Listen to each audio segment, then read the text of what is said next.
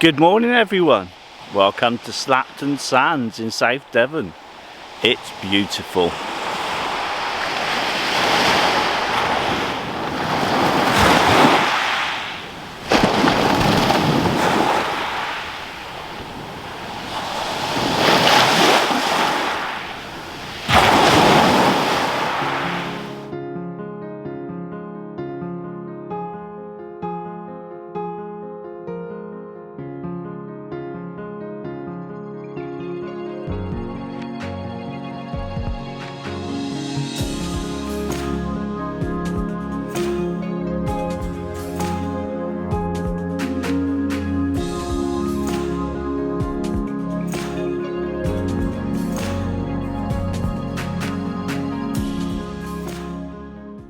It's 7:20 on the 15th of September 2021 and I cannot believe that the weather is so lovely.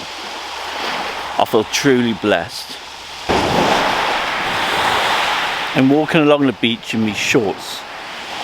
Shorts this time of year. The world's gone crazy, but I'm not complaining. Wherever I take you, I like to drop in an interesting fact or a piece of history. During World War II, Slapton Sands was used as a training ground for the Allied forces prior to the invasion of Normandy. Take a look at this.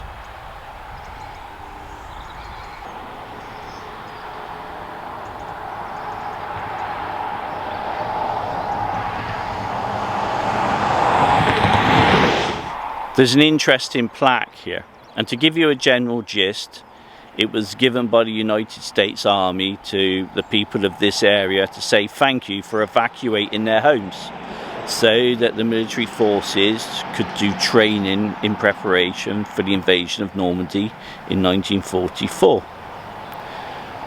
Have a look at the areas that were affected.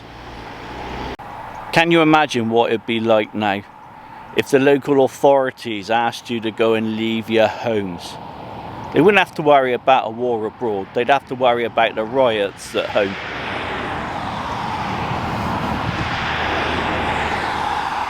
We're only here for a day or so. I'm not sure how much I can fit in, but I'll do my best.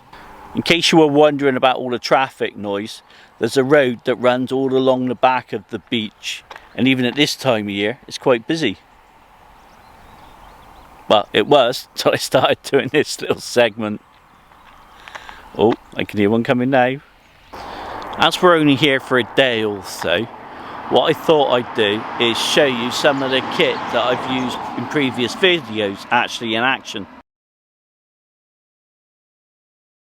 I showed you a Decathlon Airbed a long time ago, back in the early days of this YouTube channel. I thought you might like to see it set up actually in a tent. Now this airbed takes a little bit of blowing up, but it's a good solid beast. It's not the lightest thing in the world. It's got like rails along there. And what we've done to make it more comfortable, I've got this army surplus. It's a 20mm mat which is strapped down underneath it, and we got an X-bed air mat. I didn't sleep on this last night, my other half did. So what were the pros? It was nice and solid and comfy. It was really great night's sleep. Cons? There isn't any really, to be honest. Excellent job, so there you have it. If you want to find out more about this camp bed from Decathlon, check out my old video. It's not very good, but it shows you it in action and being put up. I wanted to sleep a little bit off the ground as well, and I looked at various options, and most of them are made in China and they're pretty rubbish on a budget level. So I went for an army surplus option. I went for this old army surplus camp bed. They're quite difficult to get hold of now. It's got really good solid metal components, and the top of it is made of canvas. I'll show you a bit more of that on another video. This was just a test outing to see if it's actually functionable for what I want to do. On top I put me foam mat, and then I've got an air mat on top of that. The air mat, I have a bit too much in the way of air in there, so it was a bit stiff. So I'll let some air out tonight. I might even get rid of this foam mat. It's a bit of an experimental thing, but eventually I'm hoping to find the comfiest way to sleep on this. I put some of this material beneath the different layers, and that gives it a lot of grip and stops you sliding around at night. There's nothing worse than waking up and your mattress and everything's here and you're kind of like over there or on the floor. This stuff you can find in kitchen departments. It's to stop things from moving around on worktops. And once you've got a bit of pressure on there, it gives you quite a sticky surface without being sticky. So it's ideal for this sort of thing. Sleeping wise, we've both got these Softy 6 Kestrel sleeping bags from Snugpack. Excellent bags, tough as anything. I pretty much feel like they go on forever. We both use expander panels from Snugpack on these bags, and it gives you a lot more room. I'm showing you this one because hers is a different colour to mine and it stands out more. So instead of being surrounded like a caterpillar in a cocoon, you've actually got this much additional space.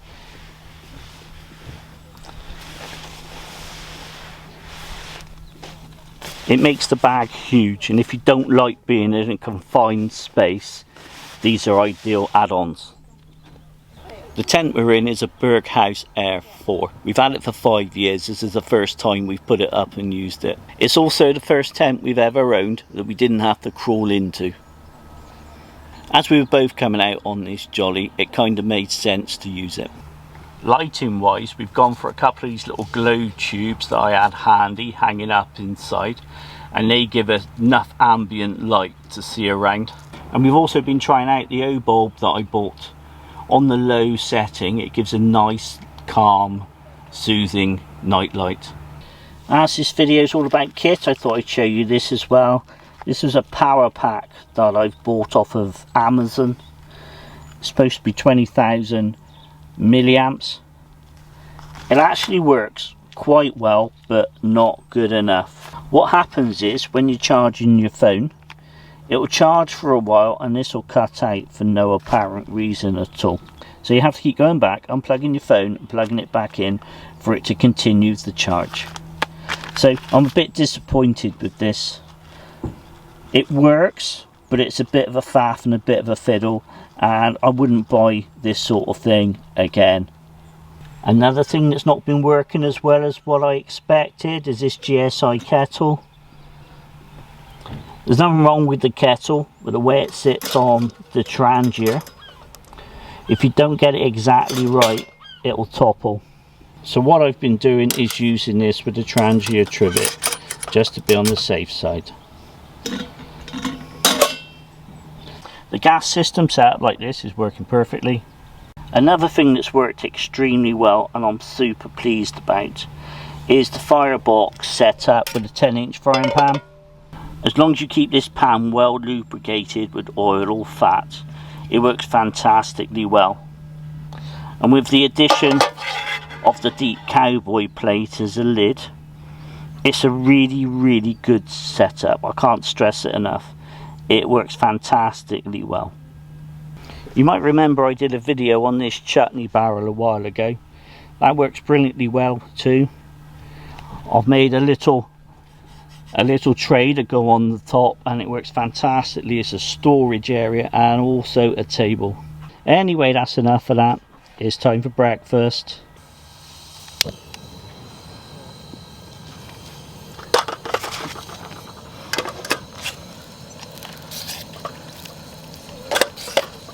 Do you like butter on it?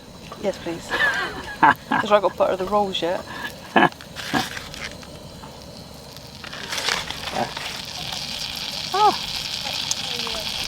Oh, we're burning.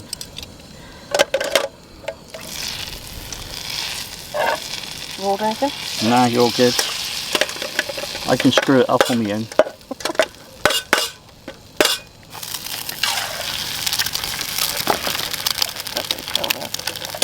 Where? Where? There's no shell.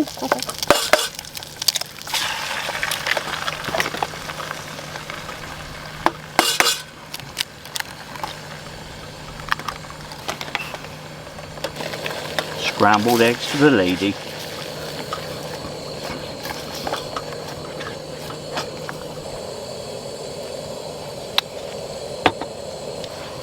These were not stolen from a fast food restaurant.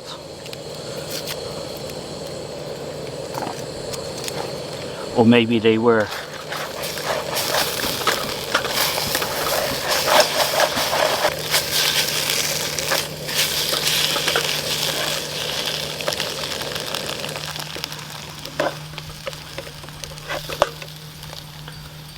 Scrambled eggs done. I'm in big trouble. I forgot our mushrooms.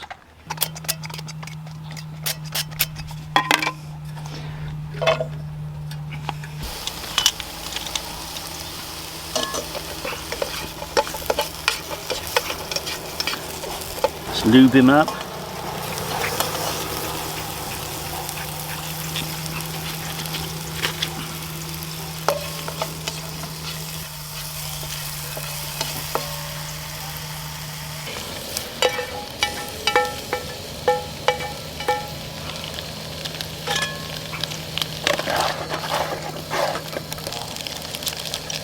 There we go, scrambled egg and mushrooms done. A couple of other things I forgot to mention. The fridge system I showed you before with some frozen bottles of water. That's working brilliantly yet again. Also, we've been using this Halter-Falls knife. It's about the cheapest Halter-Falls knife you can buy. I think it was like £5.95 from Henny Haynes.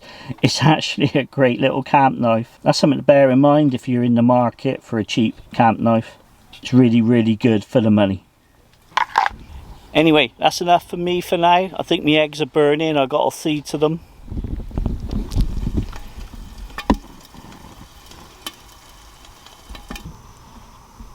What a beautiful pair of eggs. There's also a memorial down the far end of the beach dedicated to the lives that were lost on a training exercise prior to the Normandy landings in 1944. We're continuing our tour with a visit to Start Point. It's fantastic views.